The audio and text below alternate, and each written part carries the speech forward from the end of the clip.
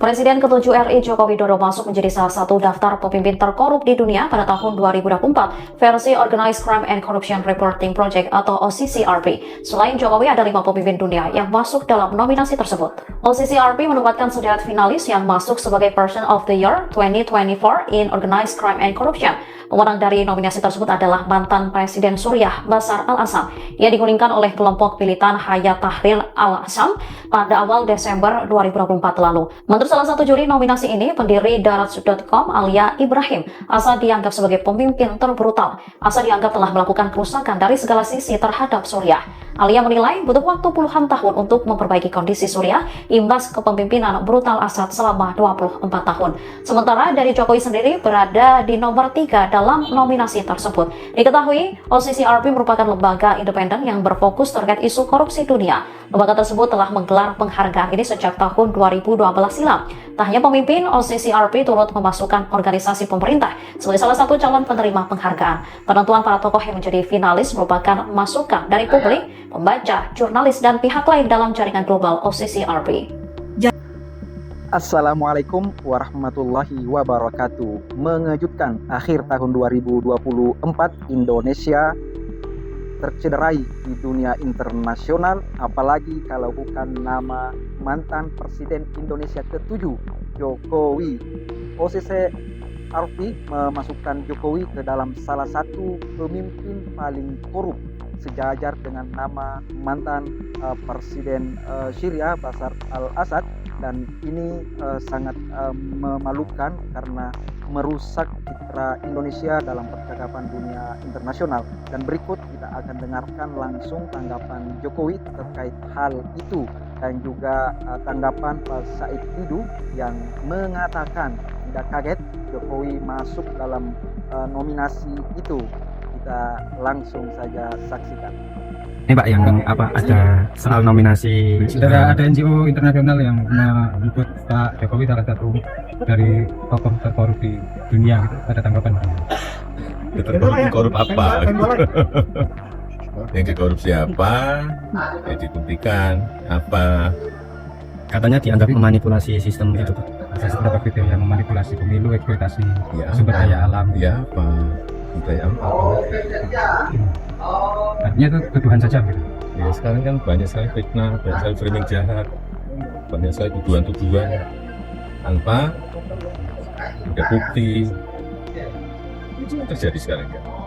Jadi menurut Bapak itu muatan politis? Ya ditanyakan aja. Tanyakan aja, orang bisa memakai kendaraan apapun lah. Bisa pakai NGO, bisa pakai partai, bisa pakai ormas untuk menuduh, untuk membuat framing jahat, membuat tuduhan jahat-jahat seperti itu. Ya. Assalamualaikum warahmatullahi wabarakatuh. 31 Desember 2024, bangsa Indonesia bagaikan kena petir siang bolong karena lembaga OCCRP mengumumkan mantan Presiden Jokowi sebagai finalis pemimpin terkorup 2024. Dan banyak yang kaget, tapi saya salah seorang yang tidak kaget karena saya memang menduga bahwa korupsi Indonesia selama pemerintahan Jokowi memang sangat-sangat marak. Nah, kemarin mantan Presiden Jokowi juga sudah memberikan klarifikasi, dan saya akan menantang. Tantangannya ada 4. 1, silahkan buktikan. 2, apa yang saya korupsi. 3, ini framing jahat. Yang keempat, agar ini diproses hukum saja. Nah, itu kita sekarang mau bantu rakyat untuk mengetahui apakah betul Presiden Jokowi melakukan korupsi seperti yang dituduhkan tersebut. Saya ingin mencoba merangkum kalau Jokowi memang melakukan korupsi, dibilang mana, sektor mana atau klaster mana terjadi korupsi. Saya mencoba membagi 5 klaster modus korupsi yang dilakukan oleh mantan Presiden Joko Widodo. Klaster pertama adalah klaster korupsi yang ditujukan untuk mendapatkan kekuasaan dan melanggengkan dinasti. Ini banyak contoh yang terjadi tentang hal ini. Masih ingat dulu kasus tentang ditutupnya kasus pelanggaran pelanggaran hutan kemudian 3,3 juta hektar sawit itu hilang begitu saja. Nah, itu saya punya keyakinan bahwa ini ada kaitan dengan untuk melanggengkan kekuasaan, sehingga perlu untuk meredam kasus-kasus besar dan bisa terjadi negosiasi di balik pintu. Yang kedua, klaster kedua adalah itu menjarakan lawan-lawan politik. Itu klaster korupsi kedua. Kita masih ingat bagaimana kasus-kasus menteri-menteri yang terlibat tahu-tahu dihilangkan begitu saja, dan itu sudah diperiksa tapi tidak dilanjutkan. Itu adalah istilahnya korupsi sprindik. Korupsi sprindik. Masih ingat kasus impor garam, minyak goreng, HPH, kemudian kasus BTS dan berbagai kasus lain yang menguap begitu saja. Dan masih ingat kasus penggantian Ketua Umum Partai Golkar yang karena isu semua bahwa itu ada 11 sprindik. Itu korupsi klaster kedua. Korupsi klaster ketiga adalah ini ambisi pribadi. Ada 2 subklaster di sini. Klaster pertama adalah ingin punya legacy. Seakan-akan presiden berhasil tapi merugikan rakyat. Contohnya membangun kereta api cepat, membangun infrastruktur yang sangat mahal yang menyebabkan BUMN bangkrut, rakyat melalui kerugian, membangun IKN, dan membangun bandara-bandara yang tidak sama sekali dibutuhkan demi ambisi pribadi Jokowi. Ambisi pribadi kedua adalah terkait dengan keluarga. Masih ingat kita terkait dengan kasus penyelundupan penyelundupan nikel yang disebutkan oleh almarhum Faisal Basri melibatkan Airlangga Hartarto dan Bobi Nasution. Kemudian kasus Blok Medan dengan berbagai kasus. Yang keempat adalah klaster penggunaan uang negara untuk menyogok rakyat. Utang BUMN, utang negara sangat naik karena betul-betul digunakan untuk membuat bansos pencitraan yang sangat banyak. Yang dilakukan itu dalam rangka menyogok rakyat. Itu klaster keempat. Klaster kelima yang terakhir adalah klaster korupsi dengan menyogok oligarki. Oligarki kita tahu bahwa ini betul-betul menjadi penyokong utama kekuasaan Jokowi dan dinasti Jokowi selama 10 tahun. Mereka lah yang mendapatkan fasilitas di berbagai tempat, di pertambangan, di perkebunan, di macam-macam.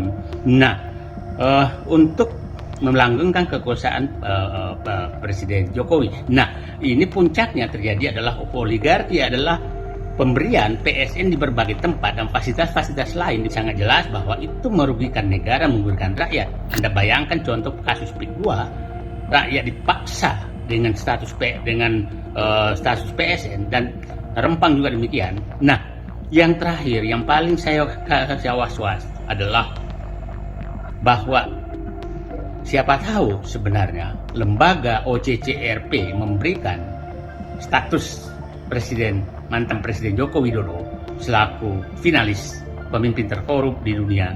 Siapa tahu mereka memiliki data lengkap terhadap korupsi atau korupsi yang dilakukan dan disembunyikan di luar negeri. Ini yang paling was-was.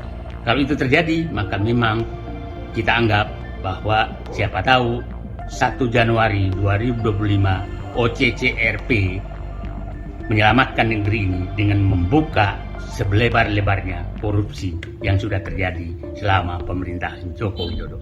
Tunggu edisi berikutnya. Terima kasih. Assalamualaikum warahmatullahi wabarakatuh.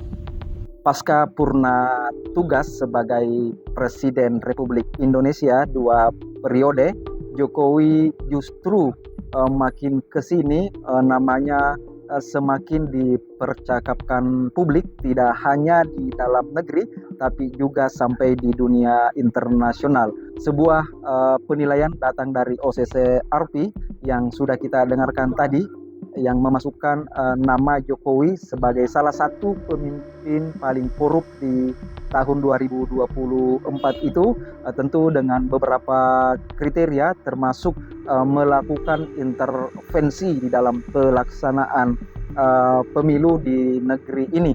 Tentu penilaian itu akan merusak citra Indonesia dalam sejarah, dalam percakapan dunia.